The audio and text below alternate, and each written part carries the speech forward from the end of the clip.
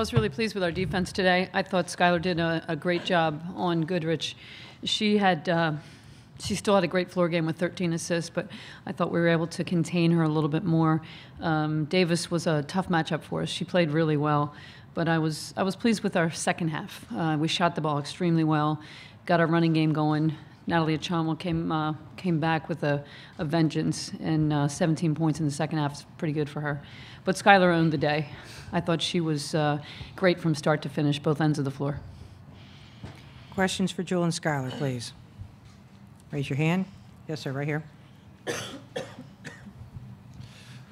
Skylar, Kurt Rallo, South Bend Tribune. Can you talk about that 12-0 run when it was 15-11 Kansas, and you had 9 points in that 12-0 run? Just what happened there, what you were able to do, how you got loose? I thought in the first half when we did play good defense and got out in transition that, we were the faster team. I thought that our advantage was on the break, and when we got stops, we had the opportunity to run the break, set the drag screen. We saw them kind of not knowing how they were going to guard it and kind of unsure on the hedge. So we were just trying to attack off the ball screen. It was working for us. So once we got out in transition, was able to run and get stops, I thought those were some of our best possessions on the offensive end. Over here. Yes, sir. Skylar Graham Hayes, ESPN. You talked yesterday about kind of knowing when to look for your own shot. When you first got to Notre Dame, was there a process of kind of learning to trust those instincts while at the same time being the kind of point guard Muffet wanted? Yeah, I wasn't a point guard when I got here. So I kind of had to learn how to be a point guard my freshman year. But Coach, she allowed me to just be myself. So when you're open, shoot it. When you're not, give it up. And I think as I kind of evolved into a true point guard, I started knowing my teammates better, knowing the offense better, knowing kind of where I could deviate and where people would be, and then looking for my shot, trying to be aggressive, draw two, and kick it to the open man. So I think that was a process I kind of learned throughout my years at Notre Dame. Question right here. Skylar, are you more comfortable in a bigger game, in a bigger environment, because you've played in so many of them? I would say I'm experienced in that sense. I try to be the voice of calm, kind of, and the leader of the team since I have played in the most games.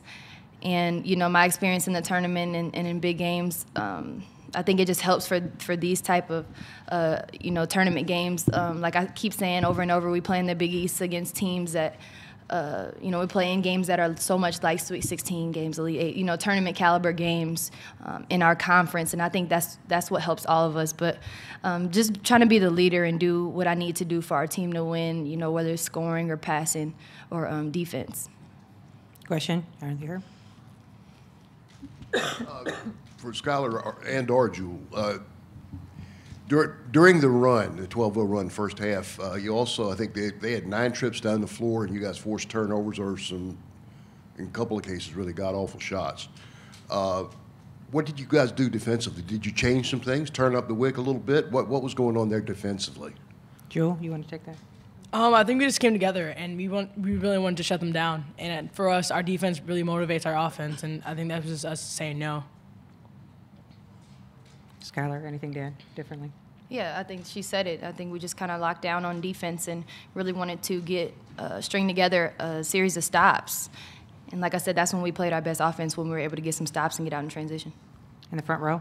Skylar, what did you take away from the Tennessee Martin game when you had to guard a 5'4" guard and, she had some success against you? What did you take away from that Angel wasn't able to do today? Well, I mean, they're definitely two different guards. I think the Tennessee Martin, she was looking to shoot first. And I think with Angel, she's a versatile player, a point guard who can attack the basket. She's really looking to pass, and as you see, she's a very good passer. And what I was trying to do with Angel was to kind of push her left. As it got later in the half, I noticed that she wasn't shooting any perimeter shots, so I kind of tried to push her left. She went to the basket like 3 or 4 times, so I tried to push her and get the ball out of her hands, and I thought my teammates did a good job of, when the trail post was back, they kind of trapped her, like stopped the ball early. We were really trying to get the ball out of her hands. A couple more questions for the girls. Yes. Skylar, can you talk about the impact Jewell's alley-oop plays have on Notre Dame and the opponent, and just how majestic those are? I think make or miss, they're definitely momentum like plays. I think the crowd, you hear the crowd. When she got fouled, it was oh, and then when she made it, it was ooh, ah, like you always hear. And she's a player that can jump. She can jump, and we isolated her, and she's so good moving without the ball, and she knows when it's coming, and her timing is perfect to get up and finish the layup. And like I said, those are momentum plays every time for us, and just great moments that get the crowd, it gets the crowd going in our team. I know you have bigger fish to fry this postseason, but can you just address setting the scoring record, and were you aware that you were 2 points away before you made the last shot? I think Coach told me to score 2 more. I didn't really know what that meant, but I was like, okay. So I just took the shot. Like, okay, Coach. But I think becoming the leading scorer at Notre Dame is I don't even think I can put into words how much the university means to me.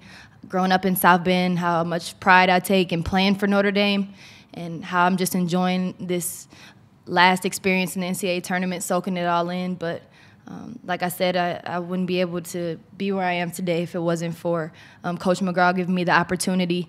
So to have Beth on the bench and Niele on the bench and just so many great players who were the face of the program before I got there, it's just great to be able to learn from them every day. And, my teammates, I'm just so happy to be here, and I don't want it to end yet.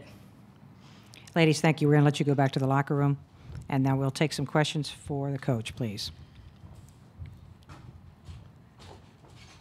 Questions for Coach McGraw? Right here? Right here. Coach, you had somebody on the bench keeping account how many points she had. Is that what was going on there? No, I had forgotten all about it, and then I was looking to sub her out about the 8-minute timeout, and it kind of hit me. So I asked our sports info, Chris Masters, how many points does she have? And he said she's 2 away from the record. So I said, you're coming out in 30 seconds, so you might as well get one more. And she was able to score, and it worked out well. Yeah, and may I follow Yes. that? Yeah, with a question. Again, during the run, the offense gets going. Can you talk a little bit about your defense during that time? That kind of. Did you guys do anything differently, or just do what you were doing better, or what? We did. We switched matchups. We changed how we're guarding the ball screen, put aerial breaker on Davis, tried to get a little more length on her, tried to talk in the huddles more about we've got to sag in a little bit more around her, and I thought Ariel did a really nice job on her. Yes, sir. Coach, can you talk a little bit about, on a day when she gets 27 points, Skylar also gets 9 assists, just talk about, the kind of talent she is to nearly pull off a double-double with those kind of numbers. And even more amazing, just 1 turnover. She's just so good at involving her teammates. And when we push the ball, we're going to get a lot of scoring opportunities. So we're going to have a lot of chances for her to score as well as get some assists. And the way they were guarding the ball screen, she was able to find our posts wide open coming off the roll. So she was happy to hit them, and then she hit the couple threes that really got her going too. Questions? Right here.